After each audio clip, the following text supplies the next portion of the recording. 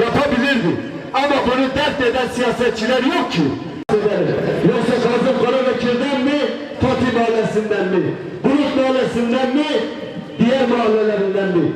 Müsaadeniz varsa birkaç kelam etmek istiyoruz. Öncelikle hepiniz hoş geldiniz, sefalar getirdiniz. Bizleri böyle soğuk günlerle yalnız bırakmadınız. Cenab-ı Allah hepinizden razı olsun. Biliyorum, Ağrı'nın birçok problemi var. Ağrı'nın birçok sorunu var.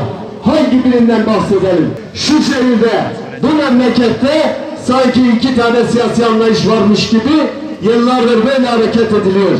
Ama bundan sonra böyle bir durum yok diyoruz. Allah'ın izniyle alternatifimiz var. Bu alternatifi de beraber oluşturacağız. Hüdapar'la oluşturacağız Allah'ın izniyle. Sandıklar açıldığında bazı yerlerde inşallah o şehirlerimiz Hüdapar'ın belediyecilik anlayışıyla tanışacak. Nedir bizim belediyecilik anlayışımız? Kısaca başlıklar halinde birkaç şey söyleyeyim. Siyasi parti farkı gözetmek için söylüyorum. Bugün eğer memleketin pek çok tarafında yolsuzluktan, rüşvetten, israftan şikayet ediliyorsa, hani derler ya bazı şeylerin şuyuğu onun vukuundan beterdir.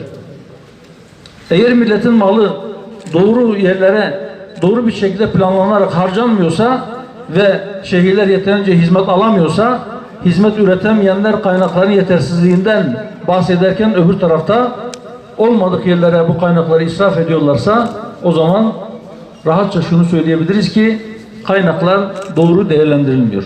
Kaynaklar yerinde kullanılmıyor. İsraf önlenemiyor. Yolsuzluk önlenemiyor. Rüşvet almış başını gidiyor. Diyoruz ki inşallah Hüdapar'ın belediyeciliğinde kazandığımız her belediyenin üzerine rüşvet alan da veren de mel'undur yazacağız.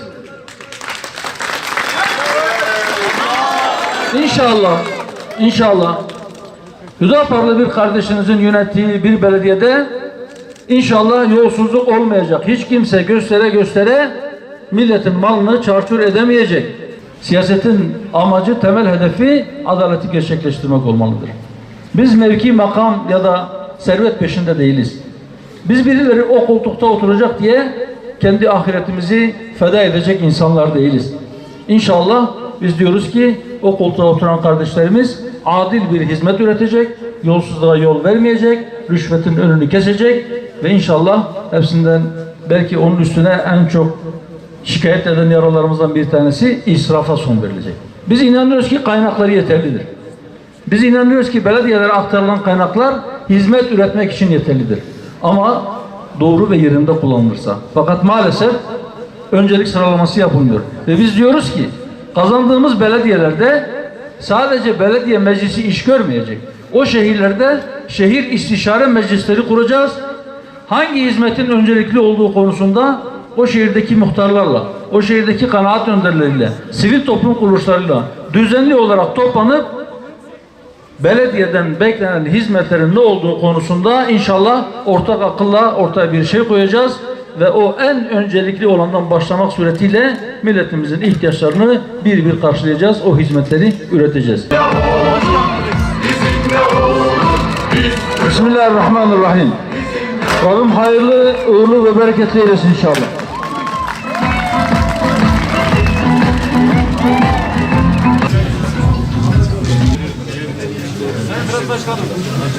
Ziyareti yapacağız. Akabinde inşallah akşamleyin iftar programını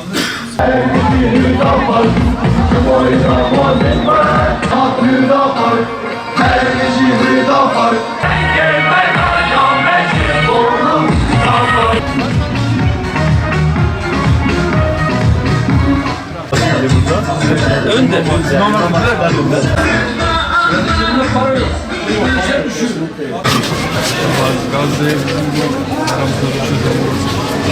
Arıyoruz. Perşembe günü İstanbul'da Avrupa Müslüman Forumu, Avrupa'da 36 ülkeden katılacak olan katılımcılarla Gazze'de ne yapabiliriz diye bir toplantı planlıyoruz. Perşembe günü hazırlama yapacağız. Evet, baskıları arttırmamız lazım. Hoş geldiniz. Kolay gelsin. İşle ilgili bir Bir de bayram geldi. Şimdi bayramda biraz bayram hareketli yaşanır. İnşallah yok. Allah seni. Takdirle ediyoruz. Bildirdiniz, konuşmalarınızı ona göre takdir ediyoruz. Görüntülerimiz biraz farklıydı. Ailem hepsi orada yanınızdadır. Ben biraz farklıyım.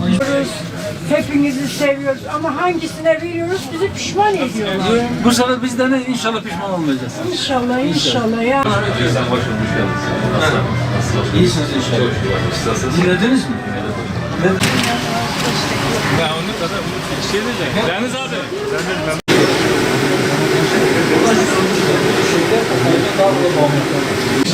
Zaten aslında vallahi bilmiyorum.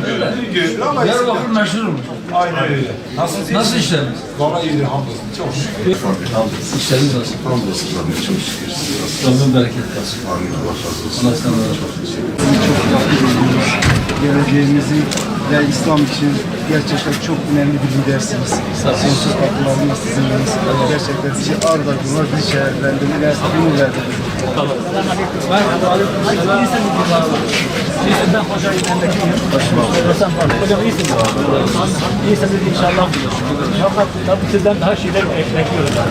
Daha iyi konuşmalar gördüm de işi fakat sevindim. Daha da fazlasını istiyorum. Ya konuşma değil, bu daha iyi fiillerle. Tabii. Arkadaş kolay gelsin. Tekeriye Bey hoş geldiniz. Hoş bulduk. Nasılsınız? Merhaba. Selamünaleyküm. Aleykümselam. Merhaba. Merhaba başkanım. Nasılsınız? İyisiniz inşallah.